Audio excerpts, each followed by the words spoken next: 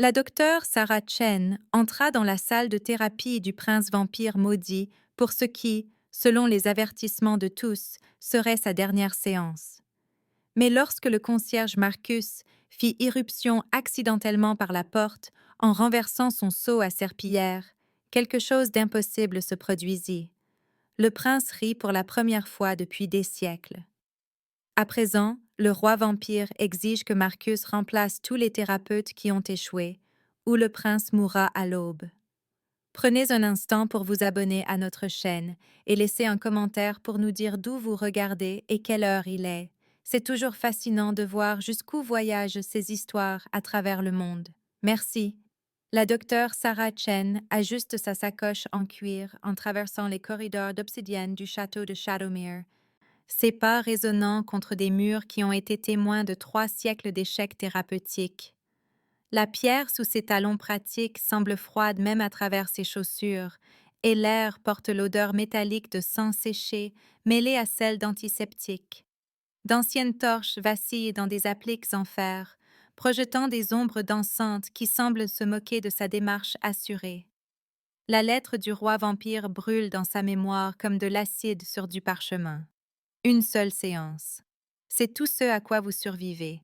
Elle a lu les dossiers, étudié les notes laissées par ses prédécesseurs, analysé les rapports cliniques qui se terminent brusquement par des mots comme enfui, transféré, indisponible pour le suivi. 42 thérapeutes diplômés ont parcouru ces couloirs avant elle. Aucun n'est revenu pour un deuxième rendez-vous. Sarah touche la croix d'argent à sa gorge, une habitude nerveuse qu'elle a développée pendant son internat à l'hôpital psychiatrique d'État.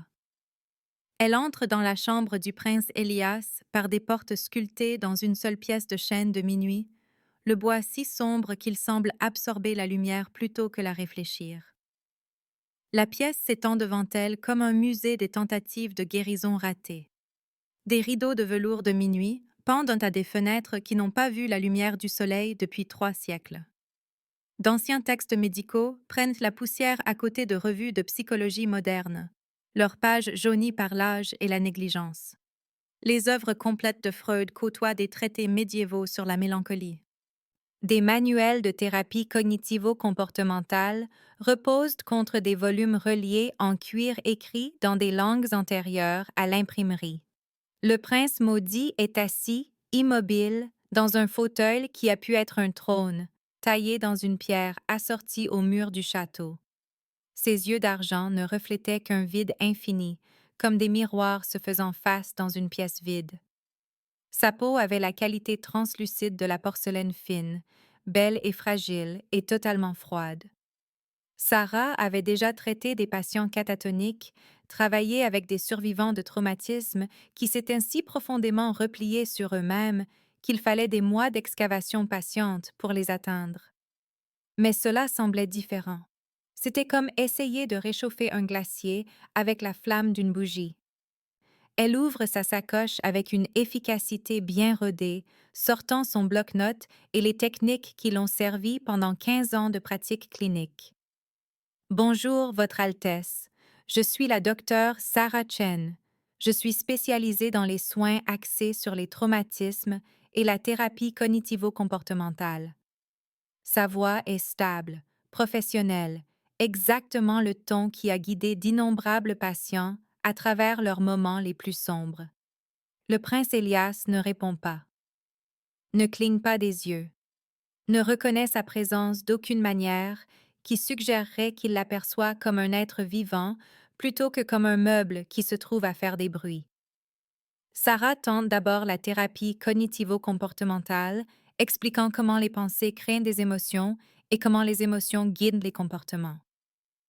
Elle parle des distorsions cognitives, de l'impuissance acquise, des façons dont les traumatismes réécrivent les voies neuronales jusqu'à ce que la douleur devienne le seul paysage familier. Le prince reste immobile. Elle passe à des approches axées sur les traumatismes, reconnaissant la douleur qu'il doit porter, validant les mécanismes de survie qui l'ont maintenu en vie à travers ce qui a créé ce profond retrait du monde. Chaque mot qu'elle prononce semble drainer un peu plus de vie de ses traits déjà pâles. Ses yeux d'argent deviennent plus ternes, comme si sa compassion professionnelle repoussait activement toute étincelle d'humanité qui pourrait encore vaciller en lui. Le silence s'étire entre eux comme un gouffre qui avale le son et l'espoir avec une fin égale. Sarah a déjà vécu des séances difficiles, travaillé avec des clients qui ont testé toutes les limites et défié chaque intervention. Mais ce silence semble vivant, prédateur, comme une créature qui se nourrit de ses tentatives de connexion. Les minutes s'écoulent avec le poids des heures. Son bloc-notes reste vierge car il n'y a rien à noter, aucune réponse à documenter, aucun progrès à mesurer. L'air s'épaissit, pressant contre ses poumons jusqu'à ce que respirer devienne un effort conscient. Ses mains commencent à trembler, non pas de froid, mais de quelque chose de plus profond, de plus primal.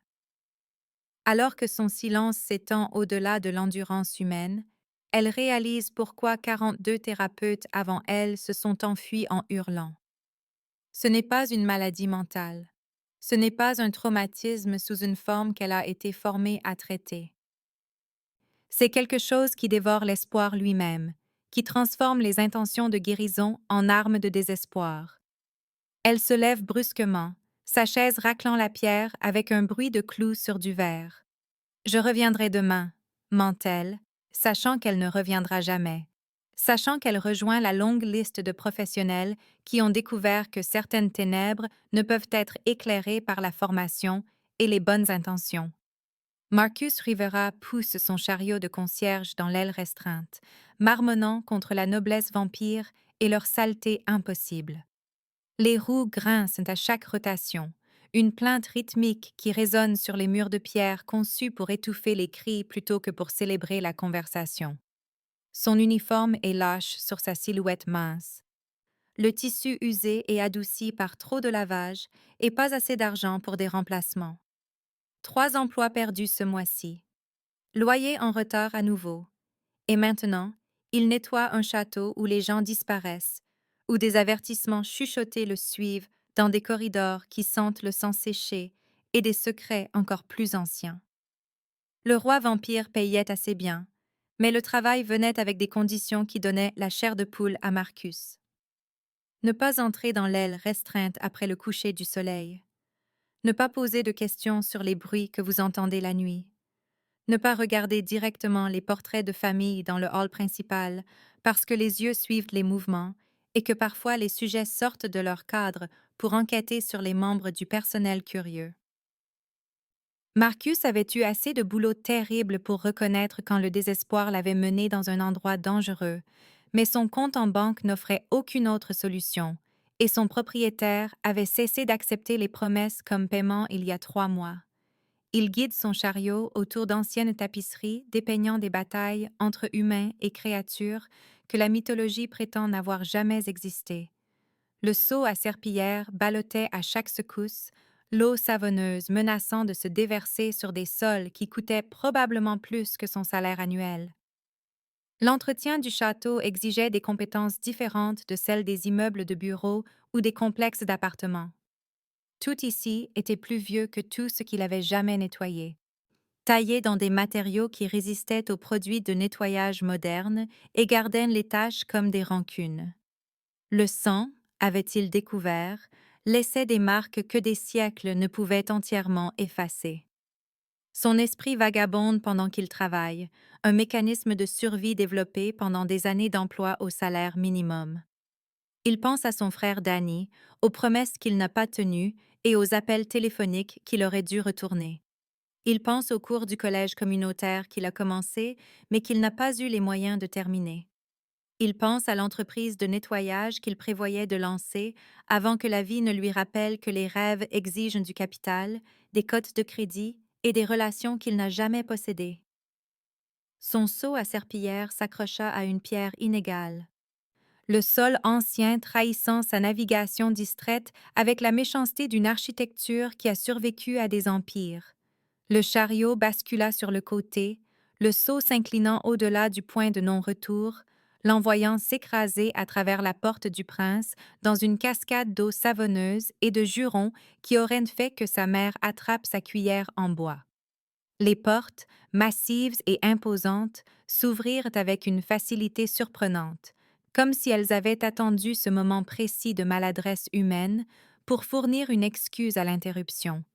Merde, pardon, Votre Altesse. Les mots s'échappent avant que son cerveau ne puisse les éditer pour un protocole royal approprié. Je veux dire, putain. Le deuxième juron sort alors qu'il réalise que le premier était inapproprié, sa tentative de correction rendant tout exponentiellement pire. Je veux dire... Il s'arrête, fixant la silhouette pâle dans le fauteuil de pierre, les yeux d'argent qui ont été témoins de plus de siècles que son arbre généalogique ne contient de générations. La docteure Chen est figée à côté de son bloc-notes, son sang-froid professionnel se fissurant comme de la glace sous une pression soudaine. Le silence dans la pièce semble assez épais pour être coupé, lourd du poids des séances de thérapie interrompues et du genre de politesse formelle que la royauté vampire attend probablement des membres du personnel humain qui font irruption en jurant. Mais au lieu de la fureur, au lieu de la rage surnaturelle que Marcus s'attend à voir mettre fin à sa vie dans environ 30 secondes, quelque chose d'impossible se produit. Le prince Elias rit. Le son commença comme un gloussement, bas et rouillé par des siècles d'inutilisation, puis se transforma en un rire authentique qui remplit la chambre comme la lumière du soleil perçant les nuages d'orage. Il brisa le silence oppressant comme du verre, comme une pierre jetée à travers une fenêtre scellée depuis trop longtemps. Pour la première fois en 300 ans, une joie authentique vacilla dans ses yeux d'argent, transformant son visage de masque de porcelaine en quelque chose de reconnaissable, de merveilleusement humain. La docteure Chen le regarde, choquée, tandis que Marcus se démène pour nettoyer la flaque qui s'étend, jurant toujours à voix basse parce que la panique a court-circuité son filtre et qu'il ne semble pas pouvoir cesser d'empirer la situation. Le rire du prince devient plus fort, plus naturel, comme si le manque total d'étiquette royale de Marcus avait accompli ce que des décennies de techniques thérapeutiques n'avaient pu faire. Le roi vampire, Aldrich Nightborn, se matérialisa depuis les ombres au moment où le rire de son fils atteignit son ouïe surnaturelle. Depuis 3 siècles, ces couloirs résonnaient d'un silence seulement rompu par les pas des thérapeutes qui partaient et les consultations chuchotées de professionnels de la santé qui parlaient avec des euphémismes prudents de conditions qu'ils ne comprenaient pas. Mais le rire. Le rire était un son qu'il avait oublié que son fils pouvait produire, une mélodie qu'il pensait que la malédiction avait volée pour toujours. Aldrich se déplaça à travers l'obscurité comme de la fumée ayant pris forme, sa présence annoncée par la chute soudaine de température qui suit les anciens vampires ou qu'ils choisissent de se manifester. Son apparition à l'entrée de la porte arrêta Marcus en plein milieu de ses excuses, les mots du concierge mourant dans sa gorge, alors qu'il faisait face à quelque chose qui datait d'avant la plupart des civilisations humaines. Le roi vampire mesurait 2,10 m dans des vêtements coûteux qui pouvaient avoir des siècles ou avoir été achetés la veille, le temps ayant peu de sens pour des êtres qui mesurent leur existence en millénaires plutôt qu'en décennies. Ses yeux portaient le poids des époques, la sagesse et le chagrin accumulés en regardant les empires naître et tomber tout en restant fondamentalement inchangés. Pendant des siècles, il a regardé son héritier dépérir sous une malédiction qui vole toute capacité de joie, d'espoir ou de connexion. Il a convoqué les plus grands esprits de la médecine surnaturelle, consulté des thérapeutes spécialisés dans les traumatismes s'étendant sur plusieurs vies, fait appel à des experts qui comprennent les dommages psychologiques particuliers que l'immortalité peut infliger à des esprits conçus pour un temps mortel. 43 thérapeutes avaient échoué parce qu'ils voyaient Elias comme un patient à guérir plutôt que comme une personne à atteindre. Ils l'approchaient avec une distance clinique, des frontières professionnelles, des cadres thérapeutiques qui créaient des murs entre le guérisseur et le sujet. Mais ce concierge, cet humain ordinaire qui a trébuché à travers les portes en jurant et couvert de mousse de savon, a accompli ce que des siècles d'expertise n'ont pu faire. Il a fait rire Elias, de manière authentique, spontanée, sans agenda, sans technique, ni méthodologie professionnelle. L'ultimatum d'Aldrich se forma avec la décision rapide qui a guidé son règne à travers les guerres, les fléaux et l'ascension et la chute des gouvernements humains. Marcus remplacerait chaque thérapeute qui a échoué, devenant le compagnon et le conseiller officieux d'Élias, où le prince serait mort à l'aube. La malédiction se nourrit d'isolement et de désespoir, devenant plus forte à chaque connexion ratée, chaque frontière professionnelle qui renforce la distance entre le guérisseur et le patient. Le rire, la femme. La connexion humaine authentique affaiblit son emprise, et ce concierge, cet homme qui traite la royauté vampire comme une personne plutôt qu'un diagnostic, représente le premier espoir qu'Aldrich a ressenti en 3 siècles. Vous resterez, ordonna le roi vampire, sa voix portant l'autorité de quelqu'un habitué à une obéissance absolue. Vous passerez du temps avec mon fils. Vous serez son compagnon, son ami, sa connexion à l'humanité qui lui a été refusée. Marcus regarda du roi au prince, voyant un besoin sincère dans les yeux d'argent qui avaient commencé à se concentrer avec intérêt plutôt qu'un regard vide. Le prince le regardait avec curiosité, comme si Marcus représentait la première chose intéressante à se produire depuis des décennies. Terrifié, mais reconnaissant dans ce regard quelque chose qui lui rappelait sa propre solitude, Marcus accepta un marché qui sauverait une vie ou détruirait la sienne. La malédiction exige l'isolement pour maintenir son emprise. La connexion humaine, authentique et sans artifice, représente sa plus grande menace.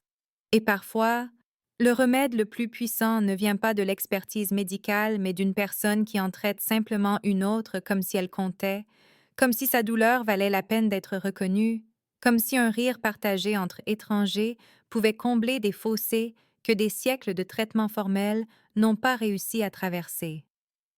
Marcus apprit l'horrible vérité derrière l'état du prince Elias un mardi matin qui commença avec un café au goût de regret et se termina avec une connaissance qui entrait ses rêves pendant des mois.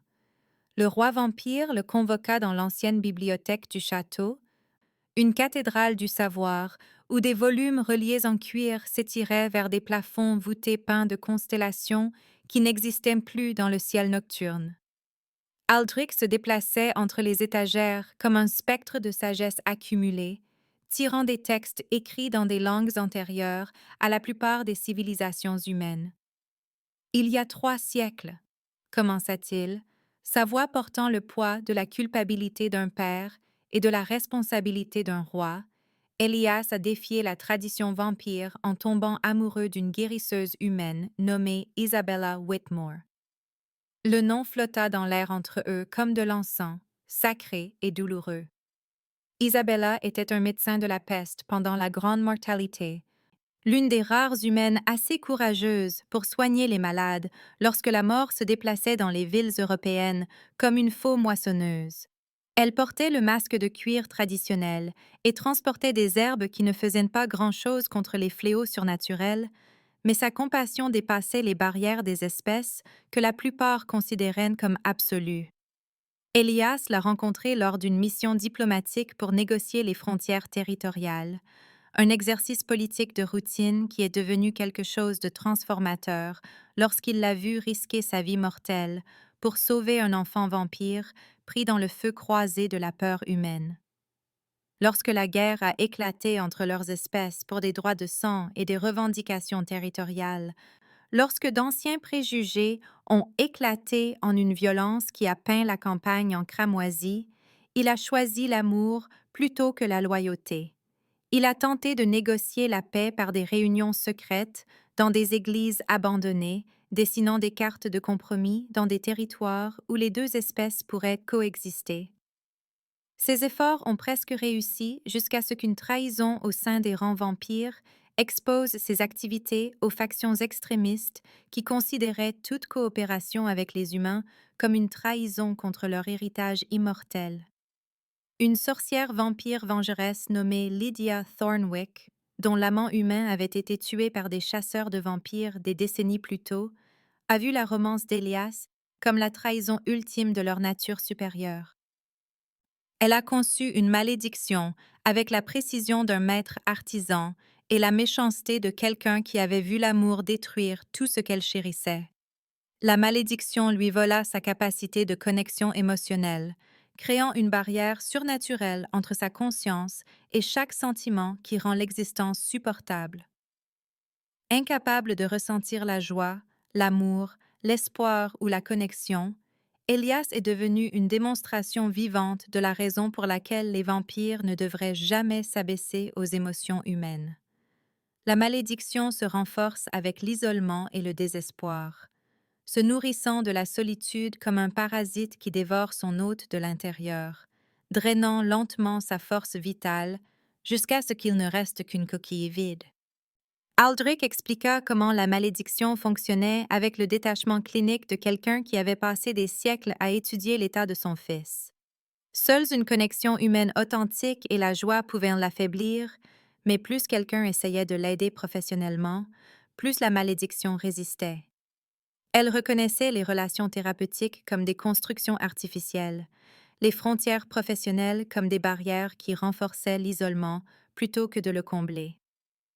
Chaque thérapeute qui a approché Elias avec une méthodologie clinique a involontairement renforcé la malédiction, même qu'ils espéraient briser. Marcus réalisa pourquoi la thérapie avait échoué, alors que la logique horrible devenait claire. La malédiction faisait la distinction entre l'interaction humaine authentique et l'intervention professionnelle, se renforçant lorsqu'elle détectait la distance émotionnelle que la formation thérapeutique exigeait. La compassion clinique, aussi bien intentionnée soit-elle, ne pouvait pas pénétrer des défenses conçues pour exploiter le fossé entre l'aidant et le patient. Seule une interaction humaine authentique et sans artifice pouvait percer ses défenses, ce qui expliquait pourquoi son rire spontané avait accompli ce que des siècles d'expertise n'avaient pu faire. Le poids de cette responsabilité s'abattit sur les épaules de Marcus comme une couverture de plomb, lourde de la connaissance que son amitié pourrait être la seule chose se dressant entre un prince et une mort émotionnelle permanente. Marcus commença à passer du temps avec Elias, non pas comme un thérapeute, mais comme lui-même, un humain de la classe ouvrière en difficulté avec des factures à payer et un sens de l'humour aiguisé qui servait à la fois de bouclier et d'arme contre un monde qui montre rarement de la pitié pour les gens comme lui. Il abandonna toute prétention de méthodologie professionnelle, traitant plutôt leurs rencontres comme des visites à un ami qui se trouve vivre dans un château et boire du sang au lieu de la bière. Il s'asseyait dans les appartements du prince pendant que la lumière de l'après-midi filtrait à travers les fenêtres anciennes, parlant de tout sauf de la malédiction qui les avait réunis. Marcus racontait des histoires sur ses relations ratées.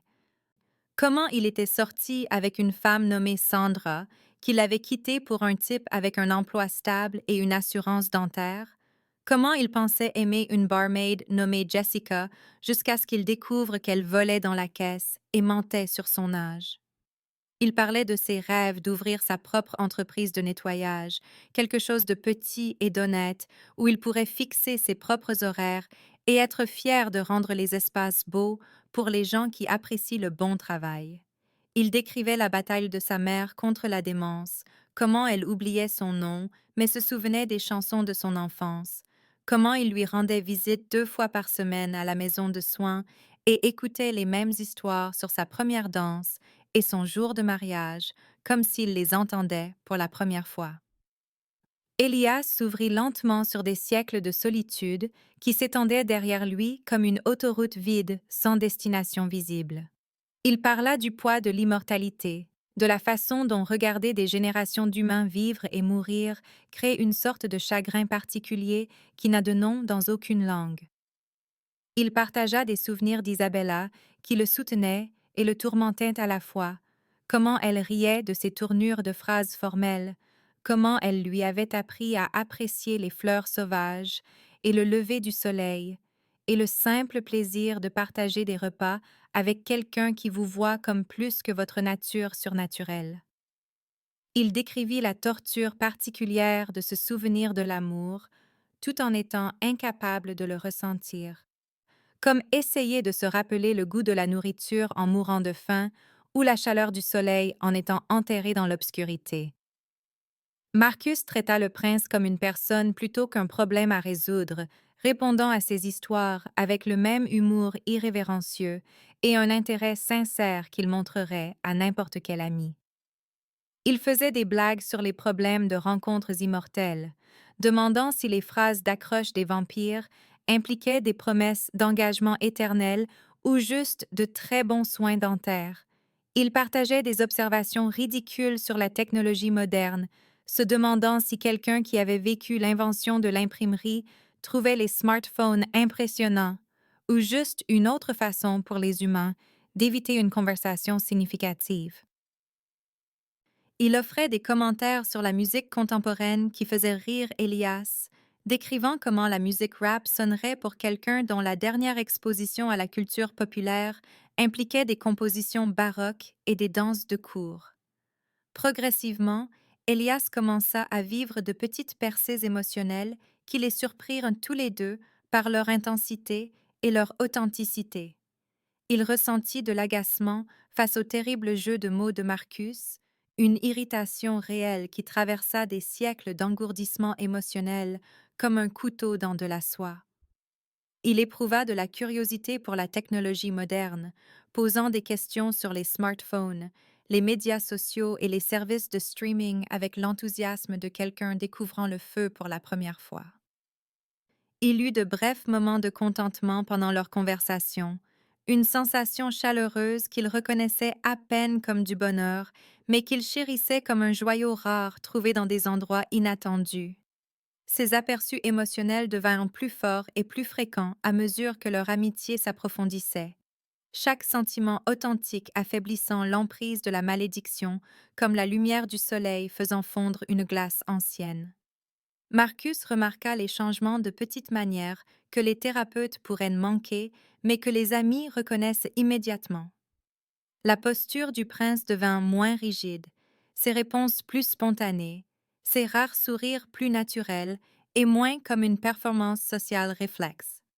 Lydia Thornwick observait ces développements depuis sa forteresse d'épines, une flèche torsadée de pierres noires et de vignes empoisonnées qui s'élevait d'une vallée où rien n'avait poussé en 3 siècles. La structure pulsait d'une énergie malveillante, ses murs gravés de runes qui canalisaient le désespoir et le désespoir de tout le royaume surnaturel. Elle observait à travers des miroirs de scrutation qui lui montraient la guérison progressive qui avait lieu au château de Shadowmere, sentant sa malédiction soigneusement conçue commencer à s'affaiblir comme un barrage développant des fissures sous une pression qu'il était conçu pour supporter. Elle avait passé 3 siècles à perfectionner ce sort, étudiant comment l'isolement et le désespoir nourrissaient les liens surnaturels, testant des variations sur des vampires inférieurs jusqu'à ce qu'elle atteigne l'équilibre précis de torture psychologique et de contraintes magiques qui servirait à la fois de punition et de preuve de sa compréhension supérieure de la manipulation émotionnelle. La malédiction était censée être son chef-d'œuvre, une démonstration que l'amour rend les vampires faibles et les humains dangereux, un argument surnaturel pour la supériorité du détachement émotionnel sur les complications désordonnées de l'affection interespèce.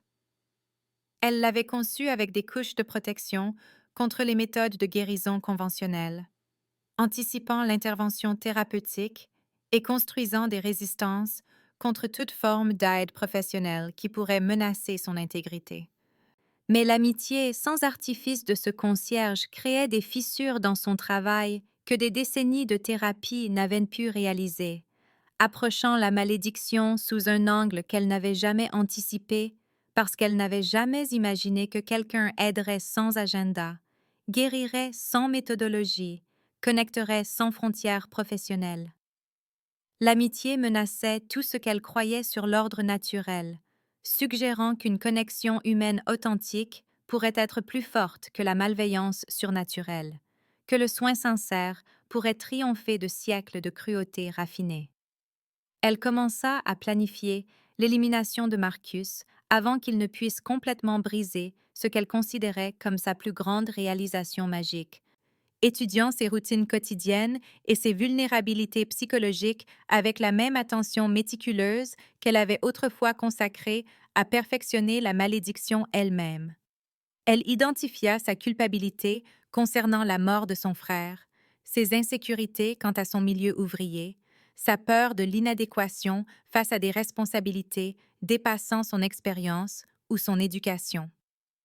Ses faiblesses devinrent des armes potentielles dans son arsenal, des points de pression psychologique qu'elle pouvait manipuler pour l'éloigner d'Elias avant que leur lien ne devienne assez fort pour briser 3 siècles d'architecture magique soigneusement entretenue.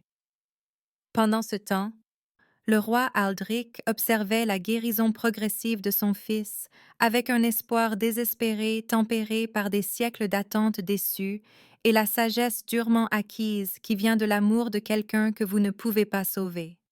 Il reconnaissait les signes d'éveil émotionnel dans la posture améliorée d'Elias, son appétit accru, son intérêt croissant pour les affaires du château et la politique contemporaine.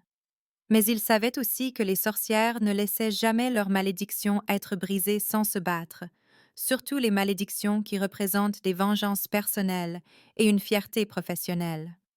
Il augmenta la sécurité autour de Marcus sans le lui dire, assignant des protections invisibles et des gardiens surnaturels pour veiller sur un homme qui n'avait aucune idée que son amitié avait fait de lui une cible pour des forces qui considèrent l'amour lui-même comme un crime digne de mort. Le roi vampire se préparait à la guerre tout en priant que l'amitié puisse se révéler plus forte que la haine, que la connexion humaine authentique puisse triompher de la malveillance surnaturelle, que son fils puisse enfin être libre d'aimer à nouveau, même si cette liberté venait à un prix mesuré en sang et en bataille. 6 semaines après le début de leur arrangement non conventionnel, Marcus et Elias développèrent une véritable amitié qui transcendait entièrement toute relation thérapeutique, construite sur les fondements d'histoires partagées et d'un respect mutuel qui se renforçait à chaque conversation. Leur rencontre avait évolué, passant de rencontres maladroites à une compagnie confortable, le genre d'amitié facile qui se développe lorsque 2 personnes découvrent qu'elles apprécient sincèrement la compagnie de l'autre, bien qu'elles viennent de mondes qui ne devraient jamais se croiser. Marcus arrivait chaque après-midi avec des récits de ses tournées de nettoyage, des histoires sur des employés de bureau arrogants qui laissaient des désordres défiant la physique et des locataires d'appartements qui parvenaient d'une manière ou d'une autre à mettre de la sauce spaghetti sur leur plafond. Elias répondait avec des observations sur la vie de château qui s'étendait sur des siècles. Comparant la politique vampire moderne à l'intrigue de cour médiévale avec l'esprit sec de quelqu'un qui a vu les mêmes drames mesquins se dérouler sur plusieurs générations. Au cours d'un après-midi particulièrement détendu, alors que la lumière d'automne filtrait à travers les fenêtres anciennes et rendait même les murs de pierre chaleureux, Marcus raconta une histoire de son enfance qui le faisait encore rire malgré le chaos qu'elle avait provoqué. Il avait 8 ans et était fasciné par les histoires de guerre de son grand-père sur les fusées de signalisation et les balises d'urgence, alors il décida naturellement de mener ses propres expériences avec des feux d'artifice volés dans la réserve du 4 juillet de son voisin. La voisine, Madame Henderson, avait passé des mois à aménager un village de nains de jardin élaboré avec de petites maisons, des lampadaires miniatures et des familles en céramique posant dans des scènes domestiques qu'elle photographiait pour une soumission à un magazine d'artisanat. La tentative de Marcus de créer le spectacle pyrotechnique parfait entraîna une réaction en chaîne qui transforma le village de nains en une zone de victimes en céramique, avec des figurines sans tête éparpillées sur 3 arrière-cours et les roses primées de Madame Henderson-Roussy au-delà de toute reconnaissance. Les pompiers arrivèrent en s'attendant à un incendie de maison et trouvèrent un garçon de 8 ans entouré d'ornements de jardin fumant, pleurant non pas parce qu'il avait des ennuis, mais parce qu'il avait détruit quelque chose de beau, auquel quelqu'un tenait. Elias écouta cette histoire avec un amusement croissant, imaginant le jeune Marcus comme un anarchiste miniature avec de bonnes intentions et une exécution terrible.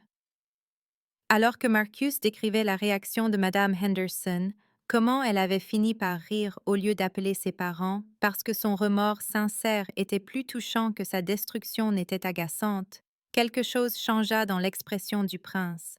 L'amusement se transforma en quelque chose de plus chaleureux, de plus naturel, jusqu'à ce que son visage se transforme avec le premier vrai sourire qu'il ait connu en 3 siècles.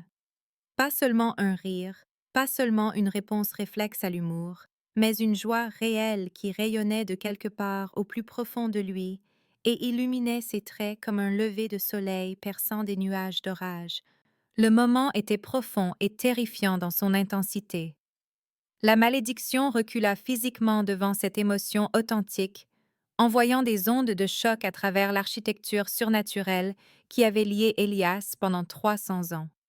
Les murs du château se fissurèrent avec des bruits de tonnerre, des fissures capillaires apparaissant dans la pierre qui avait résisté au siège et aux siècles d'intempéries sans dommage. D'anciennes protections magiques vacillèrent comme des bougies dans un ouragan, leur énergie magique perturbée par la soudaine montée de bonheur authentique que la malédiction ne pouvait ni absorber ni neutraliser. Des tapisseries qui étaient restées inchangées pendant des générations ondulèrent comme touchées par un vent invisible, et la température dans la pièce monta de plusieurs degrés, alors que la chaleur revenait dans des espaces qui avaient été émotionnellement gelés plus longtemps que la plupart des nations n'ont existé. Le roi Aldric sentit le tremblement à 3 étages de distance, reconnaissant la sensation de l'éveil émotionnel de son fils avec le soulagement désespéré de quelqu'un qui a passé des siècles à attendre exactement ce moment. Pour la première fois depuis qu'Elias avait été maudit, Aldric éprouva un espoir sincère, celui qui transforme la possibilité en attente et rend l'avenir navigable plutôt qu'infiniment sombre. Mais il savait aussi que ce progrès attirerait l'attention de Lydia comme le sang dans l'eau attire les prédateurs.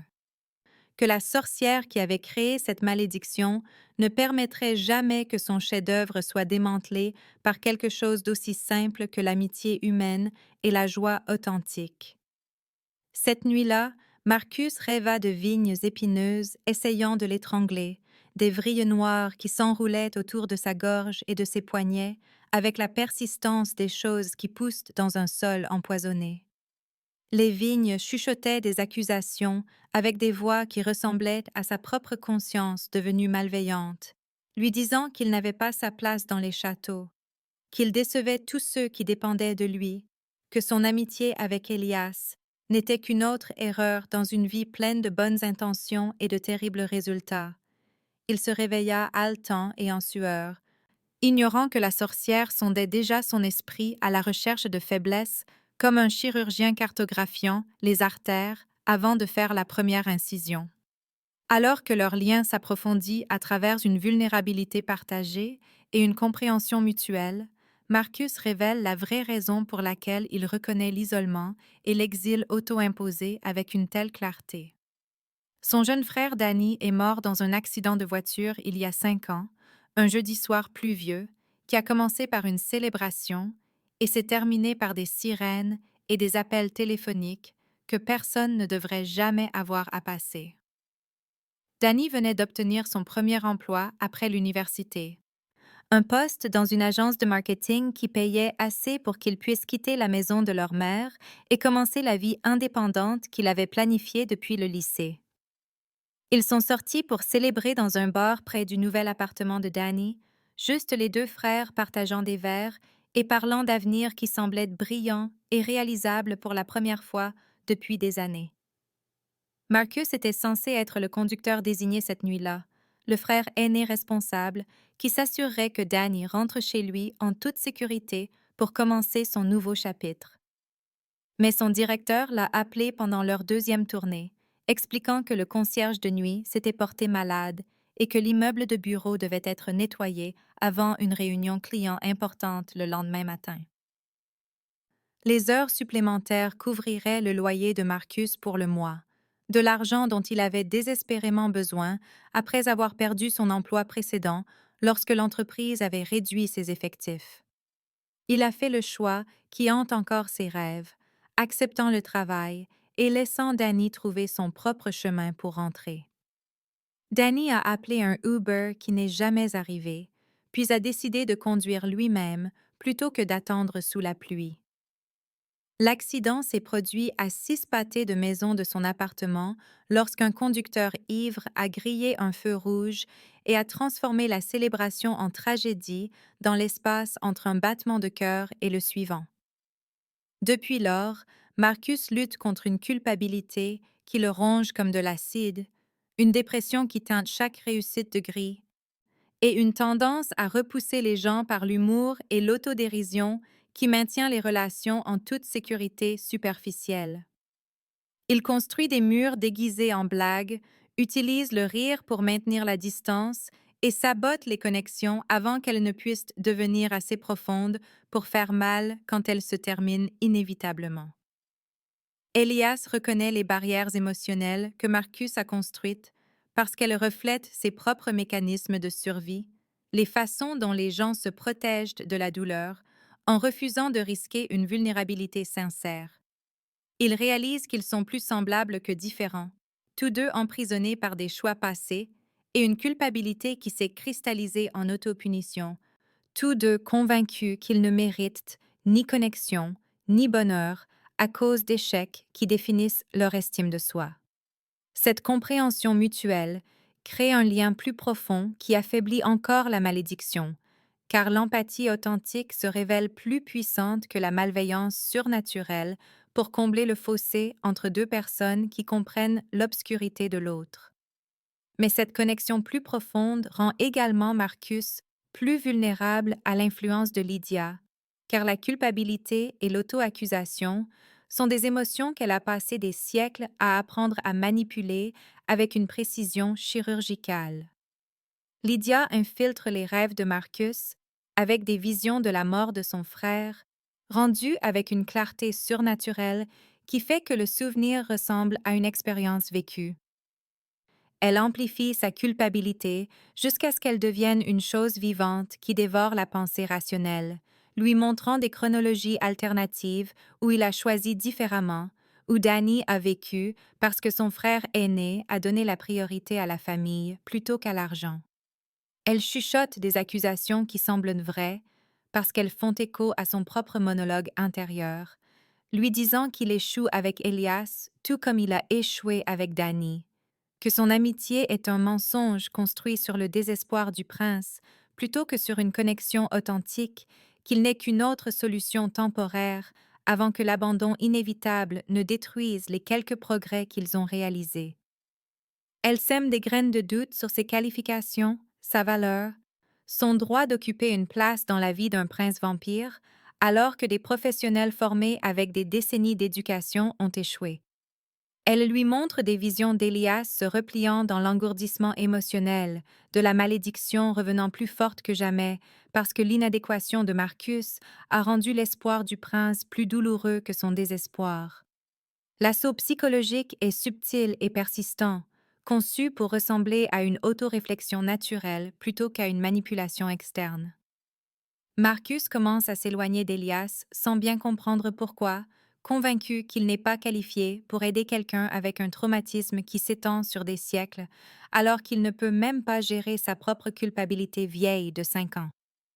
Le prince remarque immédiatement le changement avec la sensibilité de quelqu'un qui a appris à lire les nuances émotionnelles parce que sa survie dépend de la reconnaissance du moment où les gens sont sur le point de l'abandonner. Leurs conversations deviennent guindées et prudentes. L'humour de Marcus devient amer et autodérisoire de manière à créer une distance plutôt qu'une connexion. Et le retrait émotionnel nourrit le retour de la malédiction, comme l'oxygène nourrit la flamme.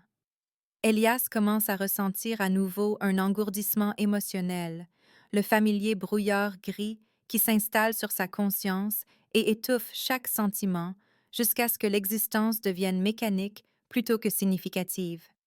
Il réalise que l'amitié de Marcus était réelle et transformatrice, mais que maintenant quelque chose l'empoisonne de l'intérieur, transformant une connexion authentique en quelque chose de creux et de performatif.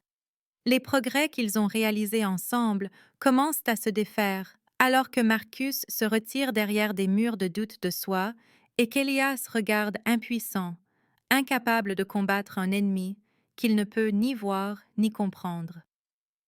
Le roi Aldric reconnaît la main de Lydia dans ce changement soudain, la façon dont l'éveil émotionnel de son fils s'inverse avec une vitesse surnaturelle qui défie les schémas de guérison naturelle. Il sait qu'il manque de temps avant que la malédiction ne devienne définitivement incassable, renforcée par ce cycle d'espoir et de déception, jusqu'à ce qu'aucune connexion humaine ne puisse pénétrer ses défenses. La sorcière a transformé la plus grande force de Marcus, son empathie et sa conscience de soi, en armes contre l'amitié même qui menaçait son chef-d'œuvre, prouvant que parfois les attaques les plus efficaces viennent de l'intérieur plutôt que de l'extérieur. Voyant Marcus se noyer dans une culpabilité manipulée qui transforme son empathie naturelle en une arme contre leur amitié, le prince Elias fait un choix qui surprend tout le monde, y compris lui-même, alors qu'il dépasse 3 siècles d'impuissance acquise pour se battre pour quelque chose qui compte plus que sa propre sécurité. Le changement chez Marcus a été progressif mais dévastateur, comme regarder quelqu'un suffoquer lentement dans un air empoisonné sans pouvoir identifier la source de la toxine.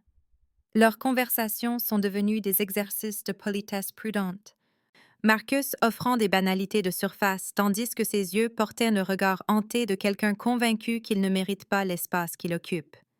Elias reconnaît les signes parce qu'il les a vécus pendant 300 ans, la façon dont la culpabilité métastase d'un regret spécifique en une indignité généralisée, comment la honte construit des murs déguisés en autoprotection jusqu'à ce que l'isolement devienne à la fois prison et refuge. Malgré des siècles à accepter le sort que les autres lui imposaient, malgré des décennies de professionnels de la thérapie qui l'approchaient comme un problème à résoudre plutôt que comme une personne à connaître, Elias trouve en lui quelque chose qui refuse de voir Marcus disparaître derrière des barrières, qui reflètent sa propre prison surnaturelle. Il tend la main à Marcus avec la même vulnérabilité authentique que Marcus lui a montrée pendant ses premières semaines, où l'amitié semblait possible et la guérison à portée de main. La conversation a lieu un mardi gris, où la pluie tambourine contre les fenêtres anciennes et le château semble plus petit que d'habitude, comme si les murs se contractaient sous le poids des vérités non dites. Marcus est assis sur sa chaise habituelle, mais perché sur son bord comme s'il était prêt à fuir, son matériel de nettoyage oublié près de la porte, car leurs rencontres sont devenues quelque chose qui se passe après le travail plutôt que pendant. Elias abandonne les petites conversations prudentes qu'ils ont échangées et parle avec la franchise de quelqu'un qui n'a plus rien à perdre. Il partage sa propre culpabilité concernant la mort d'Isabella, le poids écrasant de la responsabilité qu'il porte depuis son exécution, il y a 3 siècles, comment son choix de l'aimer a directement conduit à sa capture et à sa mort de manière à ce que sa punition surnaturelle ressemble à une justice plutôt qu'à une cruauté. Isabella est morte parce que les extrémistes vampires ont découvert leur relation par sa propre négligence, parce qu'il a fait confiance aux mauvaises personnes et a cru que l'amour pouvait surmonter des réalités politiques qui existaient depuis des millénaires.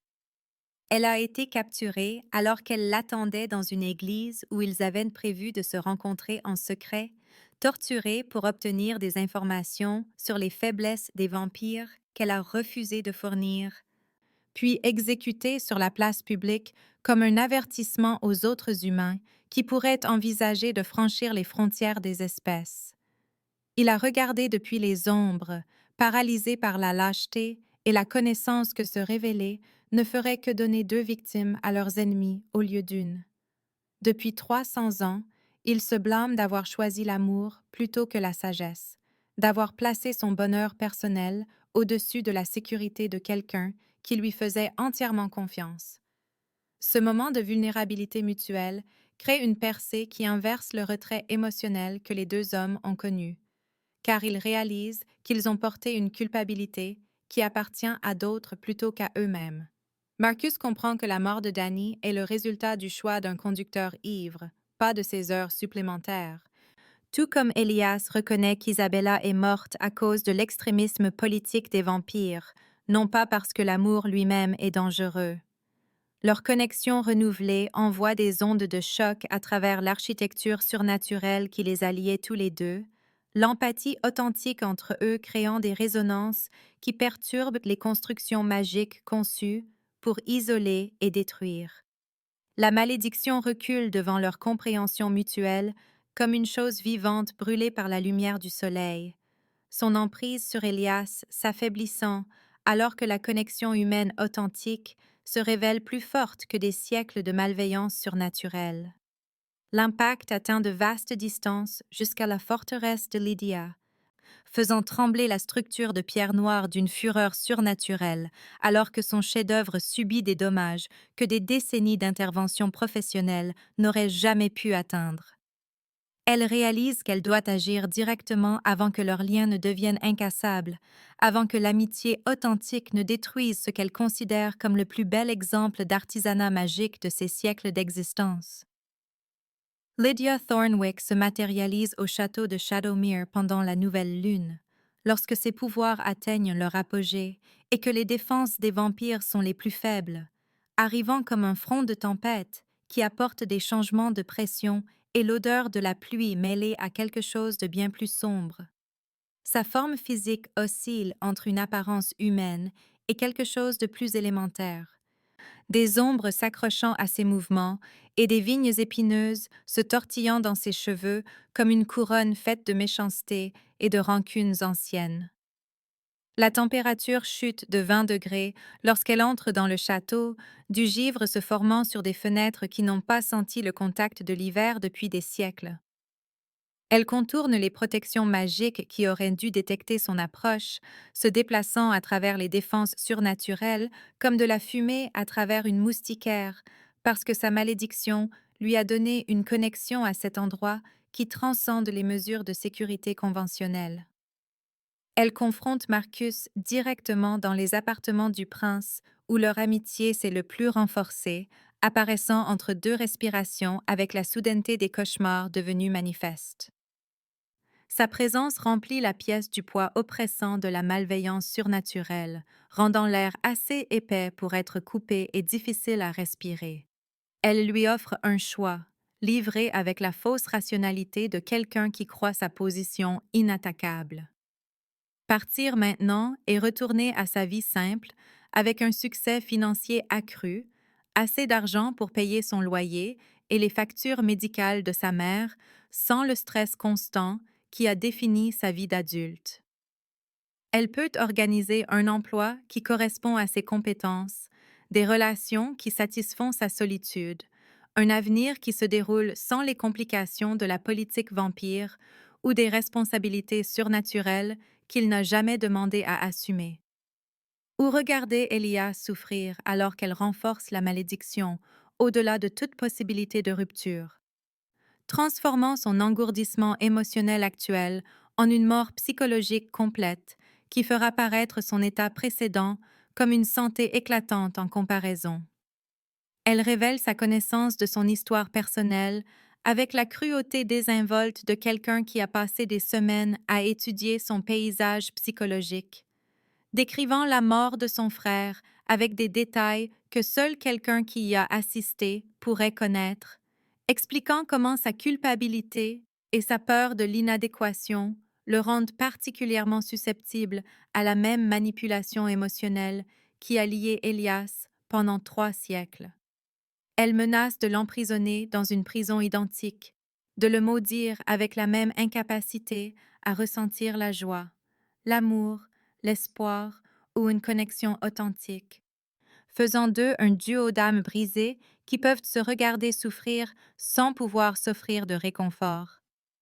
Mais Marcus a appris quelque chose de crucial de son amitié avec Elias, des leçons qui transforment des concepts abstraits en vérité, vécus par l'expérience partagée et le soutien mutuel. La connexion authentique exige du courage, la volonté de risquer la douleur pour la possibilité d'une compréhension sincère. Fuir les défis émotionnels ne crée que plus d'isolement, construisant des murs qui ne protègent rien tout en détruisant tout ce qui vaut la peine d'être protégé. Il refuse son offre avec la détermination tranquille de quelqu'un qui a enfin trouvé quelque chose pour lequel il vaut la peine de se battre, choisissant de rester aux côtés de son ami, malgré un danger surnaturel qui pourrait détruire sa raison, son âme ou sa vie. Son refus surprend Lydia car elle n'a jamais rencontré de résistance de la part de quelqu'un qui comprend toute l'étendue de ce qu'elle peut infliger, quelqu'un qui choisit la connexion plutôt que la sécurité en sachant exactement ce que ce choix pourrait coûter.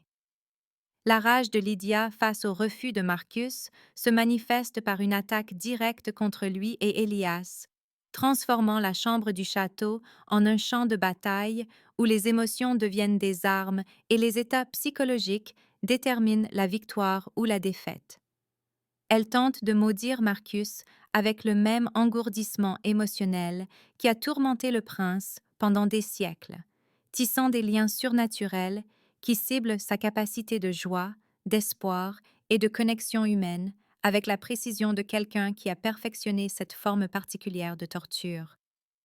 L'attaque magique ressemble à de l'eau glacée dans ses veines, à un brouillard gris s'installant sur sa conscience et étouffant chaque sensation qui rend l'existence significative plutôt que mécanique. Le roi Aldric et sa cour de vampires répondent à l'intrusion surnaturelle avec des sorts de protection et des barrières défensives, mais la magie de la sorcière opère sur des plans émotionnels plutôt que physiques, rendant les défenses surnaturelles conventionnelles largement inutiles contre des attaques qui ciblent le cœur plutôt que le corps. La vraie bataille se déroule à l'intérieur de Marcus et d'Elias eux-mêmes, alors qu'ils font face au choix entre se rendre au désespoir ou choisir activement la connexion plutôt que l'isolement, la joie plutôt que la sécurité anesthésiante du retrait émotionnel. Ils doivent résister consciemment à la compulsion magique de se retirer derrière des murs de culpabilité et de honte, se battant pour leur amitié avec la même intensité que des soldats apportent au combat physique. En se soutenant mutuellement contre les attaques psychologiques de Lydia, leur lien se transforme en quelque chose de plus puissant que ce que l'un ou l'autre attendait, une connexion qui peut résister à la manipulation surnaturelle parce qu'elle repose sur des fondations que la magie ne peut ni toucher ni corrompre. Leur amitié s'est construite sur une compréhension sincère plutôt que sur le besoin, un respect mutuel plutôt que sur la dépendance, une vulnérabilité partagée plutôt que sur l'intimité artificielle que créent les relations thérapeutiques. Elias puise sa force dans le courage de Marcus à refuser l'offre de la sorcière, tandis que Marcus trouve un but en protégeant quelqu'un qui est devenu plus important pour lui que sa propre sécurité. Ensemble, ils créent une résonance qui perturbe les constructions magiques de Lydia, leur connexion émotionnelle authentique se révélant plus durable que les liens surnaturels conçus pour exploiter l'isolement et le désespoir. La malédiction commence à se briser non pas parce qu'ils ont trouvé un remède, mais parce qu'ils ont découvert quelque chose de plus fort que la malveillance qui l'a créée. Un lien humain qui transcende les frontières des espèces et les limitations surnaturelles qui étaient censées rendre leur amitié impossible. Au plus fort de l'assaut surnaturel de Lydia, alors que les ténèbres magiques pressent contre les murs du château comme une chose vivante avide de destruction émotionnelle, Elias a une révélation qui traverse 3 siècles de culpabilité auto-imposée avec la clarté de la lumière du soleil perçant les nuages d'orage. L'attaque de la sorcière intensifie la pression psychologique qu'il a portée depuis la mort d'Isabella, le forçant à confronter les hypothèses fondamentales qui ont façonné sa compréhension de l'amour, de la perte et de la responsabilité personnelle. Grâce à la perspective de Marcus sur la culpabilité du survivant, acquise lors de leur conversation sur la mort de Danny et sur la manière dont les gens se blâment pour des tragédies hors de leur contrôle, Elias réalise qu'Isabella a choisi de l'aimer en connaissant les risques. Tout comme Marcus choisit de rester malgré un danger surnaturel qui pourrait détruire son esprit, son âme ou sa vie. Isabella n'était pas une victime naïve, égarée par la manipulation d'un vampire, mais une guérisseuse qui comprenait intimement la mort, qui travaillait avec les victimes de la peste et marchait parmi les mourants en sachant pertinemment que sa profession comportait des risques qui pouvaient la faucher à tout moment. Elle a choisi l'amour, non pas parce qu'il était sûr, mais parce que la connexion lui semblait plus précieuse que la sécurité, parce que la joie d'un partenariat sincère l'emportait sur le potentiel de perte qui planait sur chaque relation à une époque où la violence entre les espèces était courante et où la mort pouvait provenir d'un conflit politique aussi facilement que d'une maladie ou d'un accident. L'amour, Elias le comprend avec une clarté cristalline soudaine, ne consiste pas à empêcher tout mal, mais à choisir la connexion malgré la perte potentielle, à décider que l'expérience d'une intimité sincère justifie le risque d'une douleur éventuelle. Cette prise de conscience frappe la composante fondamentale de la malédiction, qui reposait sur la prémisse que l'amour ne cause que de la souffrance, que la connexion émotionnelle mène inévitablement à la destruction et à la trahison.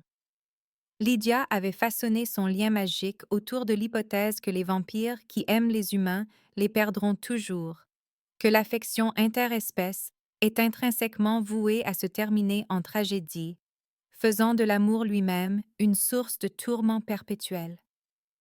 Mais Elias voit maintenant que la mort d'Isabella, bien que tragique et politiquement motivée, n'annule pas la joie qu'ils ont partagée ni n'invalide la connexion qui a rendu leurs deux vies plus significatives pendant le temps qu'ils ont eu ensemble.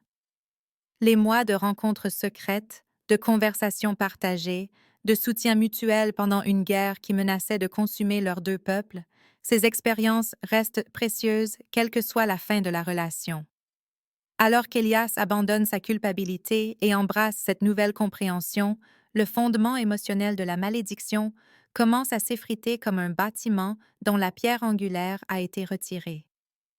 L'architecture magique qui l'a lié pendant 3 siècles dépend de son auto-accusation continue, de son acceptation que l'amour égale une souffrance inévitable, de sa croyance que la connexion émotionnelle est trop dangereuse pour être risquée. Sans ces supports psychologiques, les liens surnaturels perdent leur ancrage dans sa conscience et commencent à se dissoudre à une vitesse accélérée. Le pouvoir de Lydia vacille, alors que son chef-d'œuvre commence à se défaire. La construction magique soignée qu'elle a passé des décennies à perfectionner se désagrégeant à mesure que ses hypothèses fondamentales se révèlent fausses. Mais il lui reste une dernière manœuvre désespérée, née de 3 siècles d'investissement et de la rage de quelqu'un qui voit sa plus grande réalisation détruite par des concepts qu'elle ne peut ni accepter ni comprendre. Réalisant que sa malédiction se brise au-delà de toute possibilité de réparation ou de renforcement, Lydia tente de la transférer entièrement à Marcus, avec la logique désespérée de quelqu'un qui croit que détruire la source de la guérison d'Elias restaurera sa création à sa force originelle. Elle déverse la malveillance accumulée de 3 siècles dans une attaque directe contre la conscience de Marcus, essayant de l'enfermer dans la même prison émotionnelle qui a retenu le prince si longtemps. L'attaque magique frappe Marcus comme une avalanche psychologique, menaçant d'ensevelir sa capacité de joie, d'espoir, de connexion et de chaque émotion qui rend l'existence supportable plutôt que mécanique. Mais Lydia sous-estime la force de leur lien mutuel et le pouvoir transformateur que l'amitié authentique a créé chez les deux hommes au cours des mois qu'ils ont passés à se soutenir. Lorsque Marcus commence à succomber au désespoir surnaturel, sentant le brouillard gris de l'engourdissement émotionnel s'installer sur sa conscience comme un linceul, Elias riposte avec chaque émotion que le concierge l'a aidé à redécouvrir grâce à une amitié patiente et une vulnérabilité partagée. Il répond avec un humour qui tranche les ténèbres magiques comme une épée, le même esprit irrévérencieux que Marcus a utilisé pour l'atteindre lorsque la thérapie professionnelle a échoué. Il se bat avec une loyauté qui transcende les frontières des espèces et les complications surnaturelles, la protection féroce qui se développe lorsque quelqu'un devient plus important que la sécurité personnelle. Il se bat avec une colère protectrice en voyant son ami attaqué par des forces que Marcus n'a jamais choisi d'affronter. Une fureur juste face à l'injustice de punir quelqu'un pour le crime de se soucier des autres. Plus puissamment, il se bat avec un amour sincère pour son ami, non pas une affection romantique, mais le lien profond qui se développe entre deux personnes qui ont vu l'obscurité de l'autre et ont choisi de rester, qui ont partagé leurs pires peurs et ont trouvé l'acceptation au lieu du jugement. L'éveil émotionnel du prince se révèle plus fort que des siècles de liens magiques car il repose sur une connexion humaine authentique plutôt que sur des constructions surnaturelles artificielles. Ensemble, Marcus et Elias créent une boucle de rétroaction de soutien mutuel qui génère plus d'énergie émotionnelle que la malédiction de Lydia ne peut en absorber ou en rediriger. Leur amitié est devenue un système fermé qui se renforce de lui-même, chaque acte de loyauté renforçant le lien qui permet de plus grands actes de compassion. Cette résonance brise non seulement la malédiction, mais aussi la source de pouvoir de Lydia elle-même, l'énergie magique accumulée qu'elle a investie dans le maintien de son chef-d'œuvre pendant 3 siècles. La sorcière, ayant tout misé sur ce seul sort, se retrouve affaiblie au-delà de toute guérison lorsqu'il se brise, ses capacités surnaturelles drainées par le contre-coup de sa propre méchanceté retournée contre elle-même.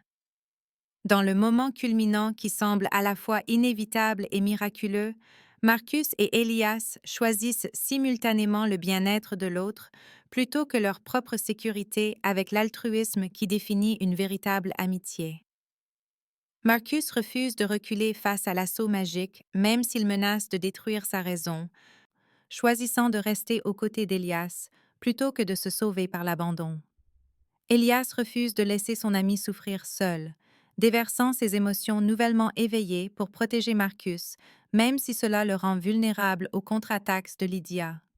Ce sacrifice mutuel crée la rupture finale de la malédiction, leur connexion authentique se révélant plus forte que la malveillance surnaturelle, leur volonté de tout risquer l'un pour l'autre générant une résonance émotionnelle suffisante pour briser 3 siècles d'architecture magique. Elias connaît un éveil émotionnel complet qui va au-delà de la guérison progressive qu'il a subie pendant leur amitié, accédant soudainement non seulement à la joie et au rire, mais à tout le spectre des sentiments humains qui lui ont été refusés depuis la mort d'Isabella. Le chagrin pour le temps perdu se mêle à la gratitude pour une amitié inattendue. La colère contre la cruauté de Lydia se combine avec le pardon pour ses propres erreurs passées. La peur de la perte future coexiste avec l'espoir d'une connexion et d'une croissance continue. L'amour sous toutes ses formes, romantique, platonique et familiale, lui revient comme la sensation revenant à un membre qui a été engourdi si longtemps qu'il avait oublié son existence. La libération magique est si puissante qu'elle transforme tout le château au-delà de la chambre immédiate où leur bataille a eu lieu, envoyant des vagues d'énergie positive à travers des murs de pierre qui ont été saturés de désespoir pendant 3 siècles.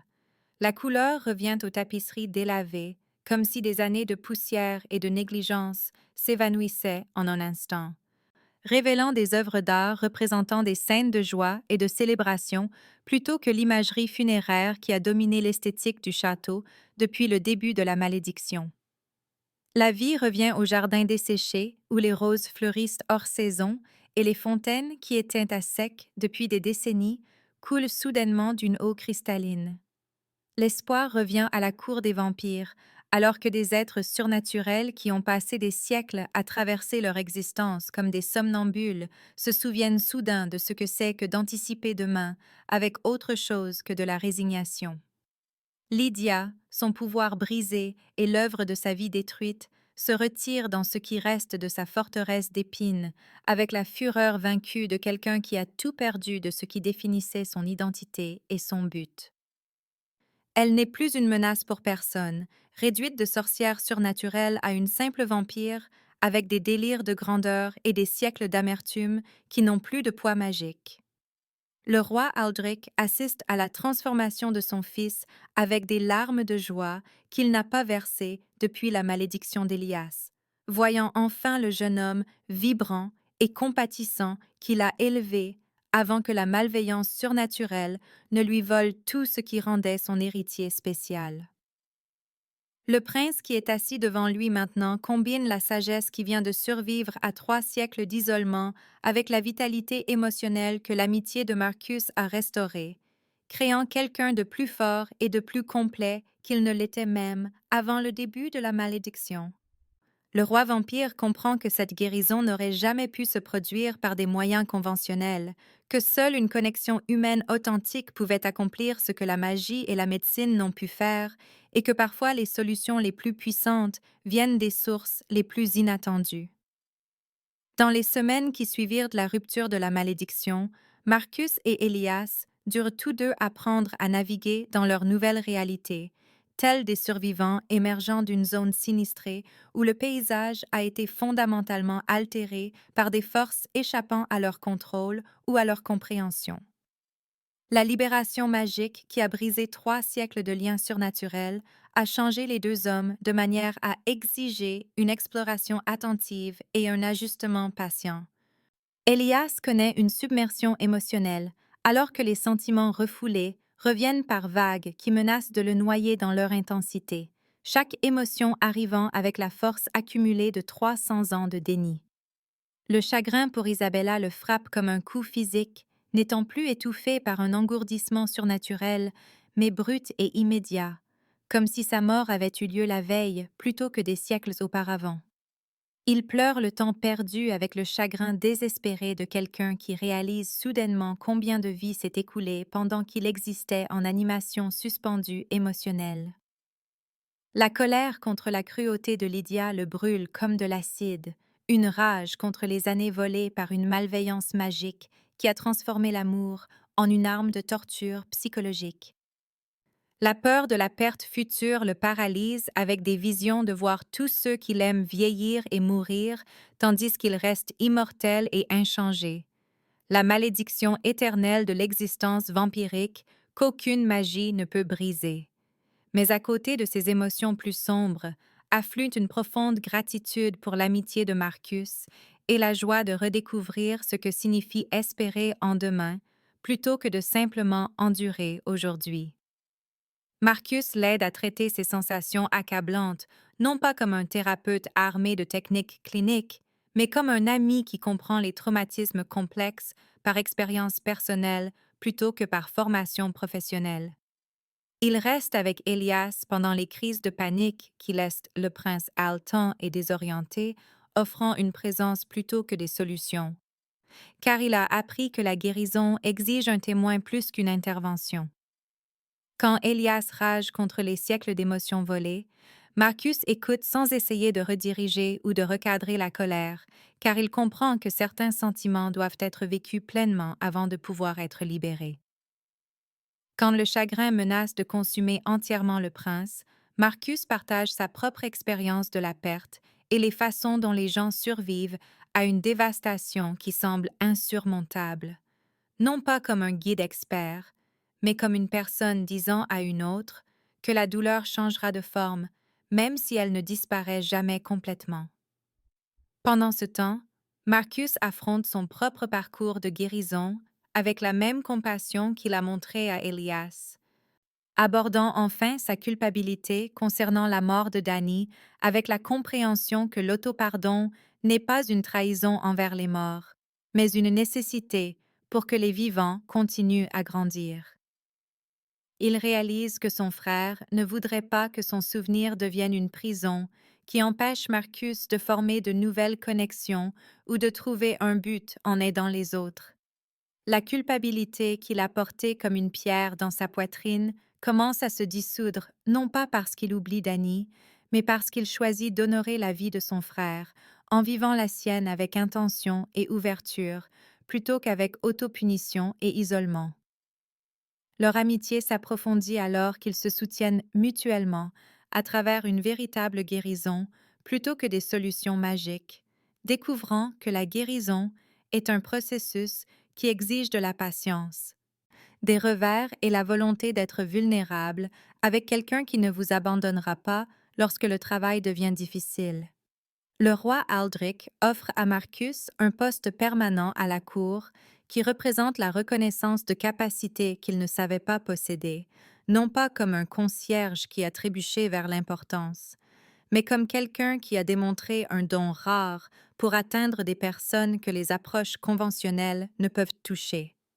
Le poste porte le titre d'ambassadeur culturel, avec des responsabilités qui semblent officielles, mais se traduisent en termes pratiques par quelqu'un qui aide les êtres surnaturels à naviguer dans les défis émotionnels qui transcendent les frontières des espèces. La capacité unique de Marcus à voir au-delà des complications surnaturelles pour atteindre les besoins humains fondamentaux le rend inestimable pour aider d'autres êtres magiques, maudits ou traumatisés, qui ont été déçus par les approches thérapeutiques traditionnelles qui traitent les symptômes plutôt que de s'attaquer à l'isolement et à la déconnexion qui sous-tendent la plupart des problèmes psychologiques surnaturels. Il développe une nouvelle méthodologie qui combine son pragmatisme de classe ouvrière avec une profonde empathie acquise grâce à ses propres expériences de perte et de rétablissement, créant des connexions authentiques plutôt que des relations cliniques qui maintiennent une distance professionnelle. Son approche consiste à traiter chaque cas non pas comme un problème à résoudre, mais comme une personne à connaître, utilisant l'humour et l'authenticité pour briser les défenses que la formation clinique renforce souvent au lieu de les démanteler. Elias, enfin libre de ressentir et de choisir plutôt que de simplement exister, décide de poursuivre son travail, interrompu depuis des siècles, en faveur de la paix entre les espèces, avec la sagesse qui vient d'avoir survécu à l'amour et à la perte, sans être détruit par l'un ou l'autre. Il comprend maintenant que le rêve d'Isabella d'une coopération interespèces n'était pas un idéalisme naïf, mais une nécessité pratique, que les conflits entre humains et vampires proviennent de la peur et de l'incompréhension plutôt que d'une incompatibilité fondamentale. Avec Marcus, comme son plus proche conseiller et ami, il commence à développer des programmes qui s'attaquent aux causes profondes des conflits surnaturels par l'éducation et le contact direct, plutôt que par la négociation politique et les traités qui ignorent les relations personnelles qui rendent la paix possible. 6 mois après la rupture de la malédiction, Marcus et Elias ont créé quelque chose d'inédit dans le monde surnaturel. Un centre de conseil où la connexion humaine authentique, plutôt que la thérapie clinique, aide les êtres magiques à surmonter les traumatismes et les malédictions que les approches traditionnelles ne peuvent résoudre. Le centre opère depuis une aile rénovée du château de Shadowmere qui a été transformée, passant d'une atmosphère gothique lugubre à des espaces accueillants remplis de lumière naturelle et de meubles confortables qui invitent à la conversation plutôt qu'à la consultation formelle. Ils ont aidé des dizaines de créatures qui, comme Elias, avaient plus besoin d'amitié que de traitement, des êtres surnaturels dont les problèmes provenaient de l'isolement et de la déconnexion plutôt que de la pathologie clinique. Une banshee dont les siècles de prédiction de la mort l'avaient rendu incapable de ressentir la joie a découvert que le rire n'était pas une trahison de ses devoirs sacrés, mais un équilibre nécessaire qui rendait son don supportable plutôt que dévorant. Un loup-garou luttant contre le rejet de sa meute a appris que la famille peut être choisie plutôt qu'héritée, que l'appartenance vient de l'acceptation mutuelle, plutôt que du sang ou de la parenté surnaturelle. Un fantôme ancré à la terre par des affaires inachevées à réaliser que certains buts évoluent plutôt que de simplement se terminer, qu'avancer n'exige pas d'oublier ce qui a précédé. Marcus a trouvé sa véritable vocation dans un travail qui utilise son empathie naturelle et son humour pour atteindre des êtres que la thérapie traditionnelle ne peut toucher, des créatures surnaturelles dont les problèmes exigent une compréhension qui va au-delà de la psychologie humaine pour englober les défis uniques de l'existence immortelle, des capacités magiques et des traumatismes spécifiques à l'espèce. Ces techniques restent délibérément brutes et authentiquement personnelles, s'appuyant sur une curiosité sincère pour chaque individu plutôt que sur des approches standardisées qui traitent la diversité surnaturelle comme des variations sur des thèmes humains. Il a découvert que sa capacité à voir au-delà des complications de surface pour atteindre les besoins émotionnels fondamentaux le rendait particulièrement qualifié pour un travail qui combine les services sociaux avec la médiation surnaturelle d'une manière qu'aucun programme universitaire ne pourrait enseigner. Elias a retrouvé sa capacité d'aimer et de se réjouir tout en honorant la mémoire d'Isabella, en poursuivant leur rêve commun de compréhension interespèce, prouvant que la guérison n'exige pas d'oublier le passé, mais de l'intégrer dans un avenir qui sert à la fois la croissance personnelle et des objectifs plus larges. Il aborde son travail diplomatique renouvelé avec une intelligence émotionnelle que 3 siècles d'isolement lui ont paradoxalement fournie, comprenant la souffrance de manière à lui permettre d'aider les autres à trouver l'espoir sans minimiser la réalité de leur douleur. Sa relation avec Marcus sert de démonstration pratique que l'amitié authentique peut combler des différences qui semblent insurmontables, que la connexion sincère transcende les frontières surnaturelles et les complications politiques lorsque les gens choisissent de se voir comme des individus plutôt que comme des représentants de groupes opposés. Leur succès prouve que parfois, la guérison la plus puissante ne vient pas de l'expertise professionnelle, mais d'une personne qui se soucie sincèrement d'une autre, que cette personne soit humaine, vampire, ou toute autre créature qui a besoin de connexion pour survivre dans un monde qui traite souvent les êtres surnaturels comme des problèmes à gérer plutôt que comme des personnes à connaître. L'histoire se conclut avec Marcus et Elias planifiant leur prochain cas impliquant un dragon souffrant d'un trouble d'anxiété sociale qui terrorise des villages non par méchanceté, mais à cause de crises de panique qui se manifestent par des épisodes de crachats de feu destructeurs. Le cas représente à la fois la nature ridicule et profonde de leur travail, s'attaquant à un véritable traumatisme surnaturel par des méthodes qui semblent absurdes mais se révèlent efficaces lorsqu'elles sont appliquées avec patience et un soin authentique. Leur amitié improbable est devenue le fondement de quelque chose de bien plus grand que ce que l'un ou l'autre imaginait possible lorsque Marcus a fait irruption pour la première fois par ses portes de chambre avec son seau à serpillière et son langage inapproprié. Le concierge qui a trébuché dans la vie d'un vampire avec rien d'autre que l'authenticité et l'humour a non seulement sauvé un prince de 3 siècles d'emprisonnement surnaturel, mais a découvert que guérir les autres a toujours été son véritable but, caché sous des années de petits boulots et de doutes de soi, jusqu'à ce que les circonstances le forcent à reconnaître des capacités qu'il ne savait pas posséder.